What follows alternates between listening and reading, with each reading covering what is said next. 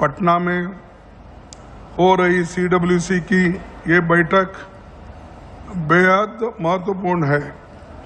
हम ऐसे समय में मिल रहे हैं जबकि अंतर्राष्ट्रीय और राष्ट्रीय दोनों स्तरों पर भारत एक बेहद चुनौतीपूर्ण और चिंताजनक दौर से गुजर रहा है। अंतर्राष्ट्रीय स्तर पर हमारे मुसीबतें नरेंद्र मोदी और उनकी सरकार की नाकामी और कूटनीतिक विफलता का नतीजा है। प्रधानमंत्री जिनको मेरे दोस्त बताकर ढिंढोरा पीटते हैं, वही दोस्त आज भारत को अनेकों संकटों में डाल रहा है।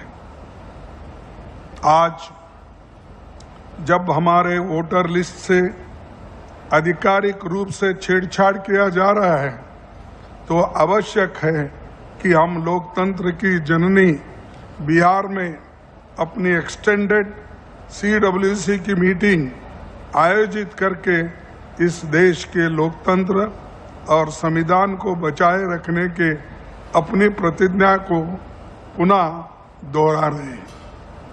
महात्मा गांधी का 100 साल पुराना दिया गया स्वदेशी का मंत्र मोदी जी को आज याद आ रहा है और वो दोहराने की बात कर रहे हैं।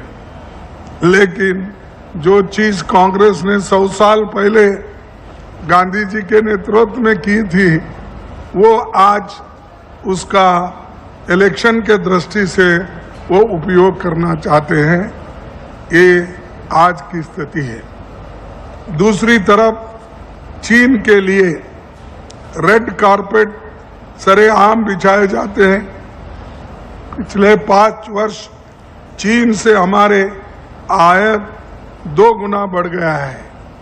जो अब आत्मनिर्भर की बात करते हैं, वो लोग चाइना से इतना सामान मंगा रहे हैं और वो इंपोर्ट 2 गुना बढ़ गया है। आज हमारा देश कई समस्याओं से जूझ रहा है।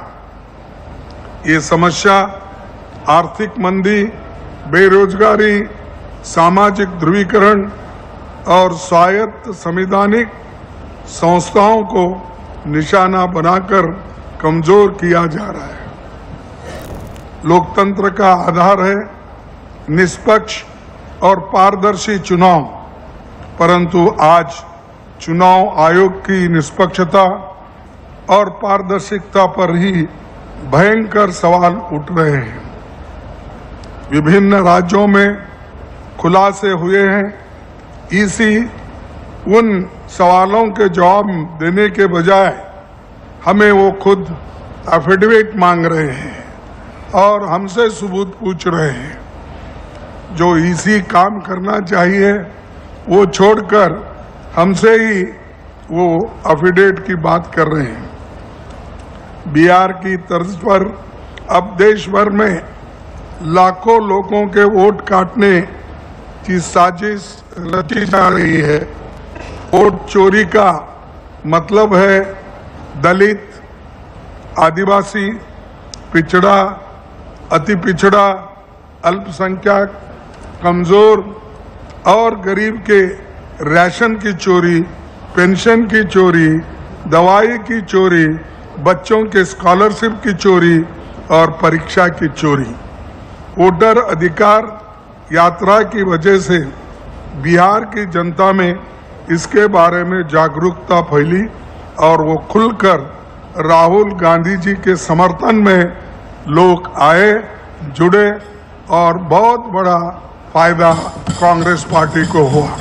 एनडीए गठबंधन में आंतरिक कलह अब खुलकर सामने है।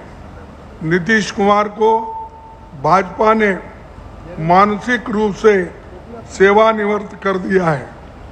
भाजपा अब उन्हें बोझ मानने लगी है और बिहार की 80% आबादी ओबीसी, ईबीसी, SC, ST वर्गों से है। जनता जाति जनगणना और आरक्षण नीतियों में पारदर्शिता चाहती है। कांग्रेस पार्टी और राहुल गांधी जी ने केंद्र सरकार को घेर कर जाति जनगणना के लिए मजबूर किया है।